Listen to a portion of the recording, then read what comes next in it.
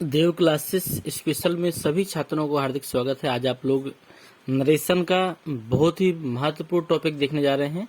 इस वीडियो के माध्यम से आपको एक्सक्लामेटरी सेंटेंसेस के जो भी नरेशन है उसको बनाने के बड़े आसान तरीके और जो भी नियम है और जो भी इसके तौर तरीके हैं जो आसान शब्दों में बताए जा सकते हैं वह हम आपको प्रयास करेंगे बताने का। और मेरा प्रयास ये है कि इस वीडियो के समाप्त होने के पहले आप स्वयं कहेंगे वास्तव में ये सारी चीजें बहुत सरल थी और अब मैं इसे पूरी तरह बना सकता हूँ।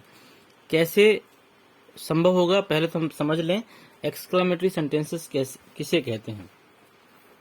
तो ऐसे वाक्य जिनमें प्रसन्नता, दुख, शोक, इन सब चीजों को प्रकट किया जाए, ऐसे वाक्यों को हम लोग एक्सक्लामेटरी सेंटेंसेस कहते हैं। जैसे कई बार आपने देखा होगा किसी चीज को अचानक आप देखें और वहां पर आप खुशी प्रकट करें तो आप बोलेंगे वाओ।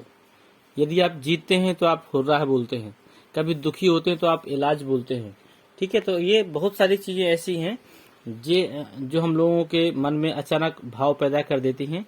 तो ऐसे वाक्य जिनमें प्रसन्नता, दुख और शोक इत्यादि के भाव प्रकट हो या बहादुरी के भाव प्रकट हो, तो ऐसे वाक्यों को हम लोग एक्सक्लामेटरी सेंटेंसेस कहते हैं। इसके कुछ नियम है जो हम लोग देखेंगे। पहला नियम है इसका, एक्सक्लामेटरी सेंटेंसेस को इनडायरेक्ट में बदलने पर यह साधारण वाक्य में बदल जाता है।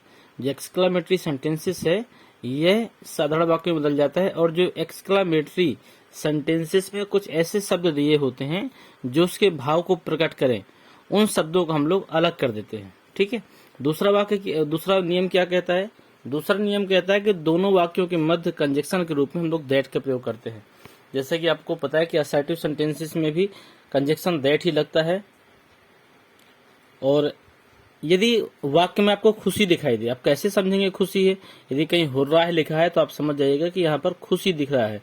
तो यदि किसी भी वाक्यों में, यदि किसी भी रिपोर्टेड स्पीच के वाक्य में, स्पेशल देखिएगा, यदि किसी भी नरेशन के रिपोर्टेड स्पीच के वाक्य में हुर्राह शब्द आ जाए या फिर कोई खुशी प्रदर्शित करने वाला शब्द आ जाए जिसके बाद संबोधन सूचक चिन्ह लगा हो, तो आप समझ लीजिएगा यह इस वाक्य को बदलने का यही नियम है।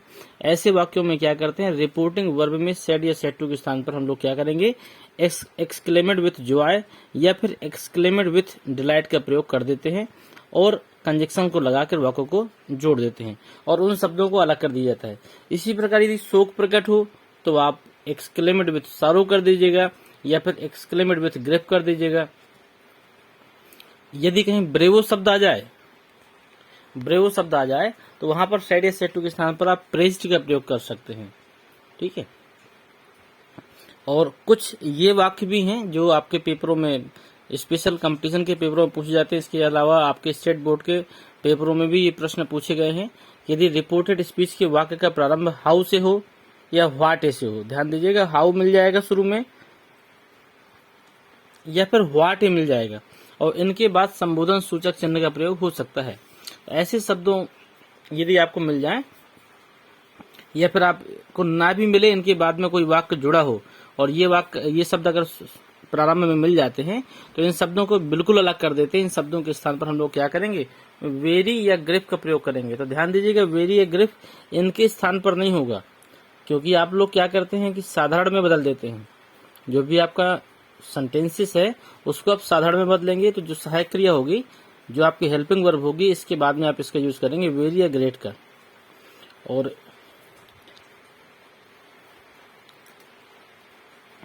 यदि किसी वाक्य में गुड, GOOD है, गॉड नहीं है, यहाँ पर GOOD है, ये गलत लिखा हुआ शब्द आपका प्रिंटिंग एरर है ये।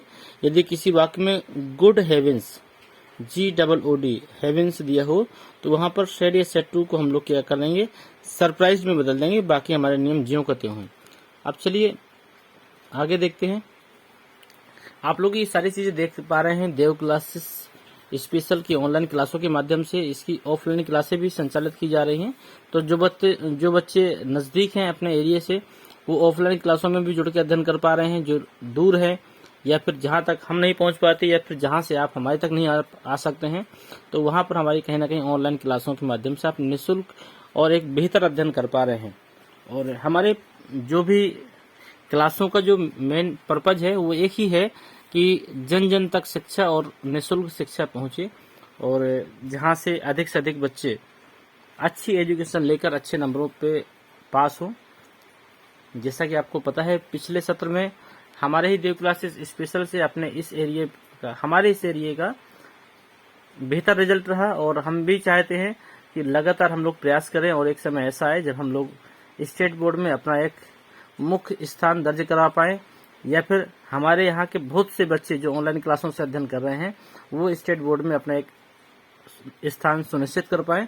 तो हमारा भरसक प्रयत्न यही है कि हम आपको बेहतर से बेहतर शिक्षा ऑनलाइन और ऑफलाइन दोनों तरीके से प्रोवाइड करें। बस जरूरत है आपकी हमारे साथ जुड़ने की कि आप कितना कोऑपरेशन के साथ जुड़कर अध्ययन कर पा रहे हैं। तो फटाफट अगर अभी तक चैनल को सब्सक्राइब नहीं किया तो सब्सक्राइब कर लीजिए, लाइक करिए और एक छोटा सा कमेंट जरूर करिएगा जो भी आपका रिव्यू हो इस वीडियो के प्रति और सभी दोस्तों को शेयर करिए। चलिए देखते हैं आपकी इसकी एक्सरसाइज क्या है। एक्सक्लामेटरी सेंटेंसेस की एक्सरसाइज को देख लेते हैं। देखते हैं पहले वाक्य में लिखा है कि द टीचर सेड व्हाट है। देखिए शुरू में ही आ गया ये शब्द आपका व्हाट है। तो इसको बनाने का तरीका क्या है, इसको हम बनाएंगे द टीचर एक्सक्लेमेड दैट। सेड की जगह पे हमने बताया था एक्सक्लेमेड लगाना है। इसके बाद that the boy was very lazy. देखिए व्हाट को अलग कर दिया और हेल्पिंग वर्ब के बाद में हमने वेरी का प्रयोग कर दिया। अब एक वाक्य है आपका इलाज वाला।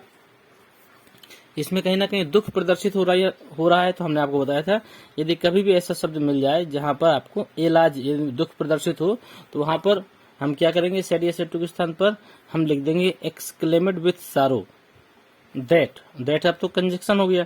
इसके बाद पूरा वाक्य हम जो कहते हैं उतार देंगे। तो इसमें है वैसे आवर एनेमीज है। तो आवर आपका कहीं ना कहीं फर्स्ट पर्सन है, द किंग के हिसाब से बदलेगा।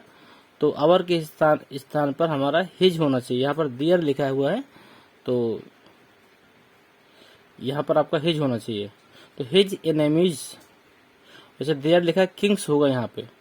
अगर किंग्स है तब यहाँ पर दियर के प्रयोग हम लोग करेंगे। तो यहाँ पर दियर एनेमीज वेयर टू स्ट्रॉन्ग। अगर ध्यान दीजिएगा अगर यहाँ पर एक वचन है तो हमको भी यहाँ पर एक वचन के हिसाब से ही कर्ता चुनना होता है। तो अगर हम किंग मानेंगे तो यहाँ पर हिज आएगा और यहाँ पर वाज आएगा। लेकिन एक चीज है यहाँ पे, यहाँ एनेमीज दिया गया है ना, बहुवचन है। बहुवचन इसलिए हम लोग दियर का प्रयोग कर रहे हैं यहाँ पर। एनेमीज मतलब जो बहुत सारे दुश्मन है, आर टू स्ट्रॉन्ग। तो इस कारण से हमने यहाँ पर दियर का प्रयोग किया। ठीक है, वाक्य गलत नहीं है। Their enemies we are too strong. अगला हम देखते हैं my father said to me bravo you have got very good marks. यहाँ पर आपका ब्रेवो शब्द आ गया, इसलिए हम लोग क्या करेंगे, यहाँ पर सेड या सेड टू के स्थान पर अपलॉयड या फिर हमने आपको बताया था कि प्रेज्ड का प्रयोग करते हैं, PRAISED।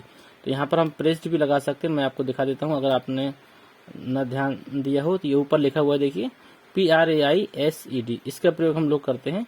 तो आप उसे भी लगा सकते हैं। एक नया शब्द था मैंने इसलिए इसको यहाँ पे रखा है।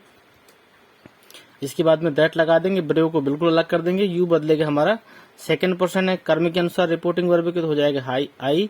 हैज बदलेगा हेड में और इसके बाद में पूरा का पूरा वाक्य हम लोग उतार देंगे।